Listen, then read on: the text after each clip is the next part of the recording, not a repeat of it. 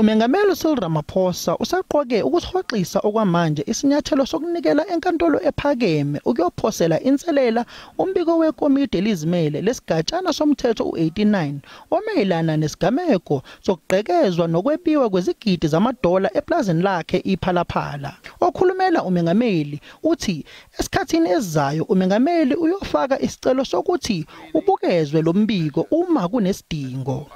The president has been advised, which advice he has accepted, that the panel report and all issues associated with it have become moot, and they are of no practical and legal consequence because on the 13th of December 2022, the National Assembly decided to reject the motion to refer the panel report to an impeachment committee.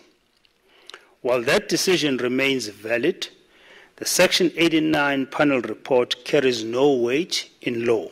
Kusenjalo seluxazululiwe udaba lombango wamandla phakathi kongqongqoshe uGwedemantashe uPravin Gordhan kanye nodokotela uHosiyenzo Ramohukba.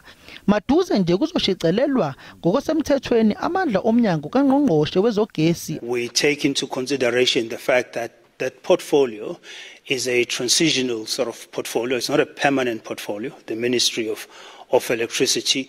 Therefore, whatever powers that you allocated to it, you will not do so at the risk of causing short-term or long-term instability in government.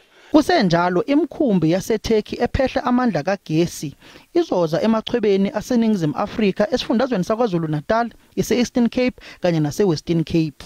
Ngingusamkela Maseko wezindaba ze-SABC ngibika ngisePitoli.